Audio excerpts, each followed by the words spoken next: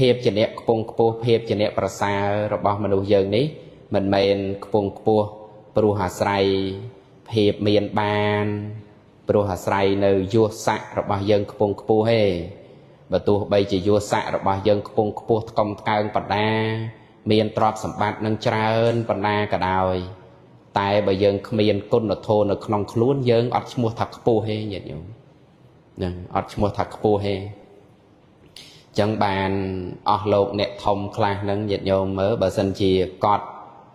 មានគុណធម៌នៅក្នុងខ្លួនណាគឺយើងគោរពកោតក្រែងកត់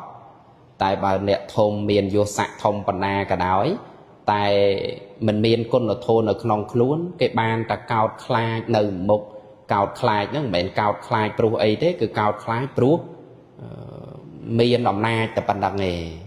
តែបើបុគ្គលណាមានទាំងអំណាចមានទាំងគុណធម៌អញ្ចឹងគេគោរពគេកោតក្រែងទាំងក្នុងទីចំពោះមុខទាំងក្នុងទីកំបាំងមុខហើយគេតែងតែសរសើររឿយនឹងចំពោះបុគ្គលអ្នកមានគុណធម៌អ្នកមានគុណធម៌នេះញាតិញោមបើទោះបីជានៅក្នុងស្ថានភាពបែបណាក៏ដោយនឹងក្នុងស្ថានភាពដែលគាត់ក្រីក្រអំបាក់ក៏ដោយអញ្ចឹងបានមានញាតិញោមខ្លះហ្នឹងគាត់មិនសូវមានបានប៉ុន្តែគាត់ធ្វើបន់រឿយធ្វើទានរឿយនឹងមានគុណធម៌នៅក្នុងខ្លួនគាត់ជាមនុស្សល្អអញ្ចឹងអ្នកស្រុកអ្នកភូមិតែងតែពោលសរសើរគាត់អ្នកស្រុកអ្នកភូមិនឹងតែងតែគោរពគាត់តែងតែលើកពីគាត់យកមកនិយាយនឹងព្រោះអីពីព្រោះឃើញថាបុគ្គលនឹងអ្នកនឹងគឺជាអ្នកដែលមាន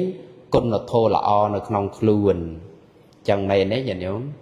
នឹងតែបើអត់មានគុណធម៌ល្អនៅក្នុងខ្លួនអត់ខ្ពង់ខ្ពស់ទេនឹងអត់ខ្ពង់ខ្ពស់ទេគឺ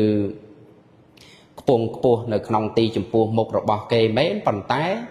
នៅក្នុងចិត្តរបស់គេគឺគាត់ទាបអន់ហ្នឹងហើយបុគ្គលតកាលណាតែខ្ពង់ខ្ពស់គឺគេគោរពហ្នឹងហើយអញ្ចឹងទាំងអ្នកណាក៏ដោយឲ្យតែមានគុណធម៌នៅក្នុងខ្លួនគេគោរពកោតក្រែងនៅក្នុងចិត្ត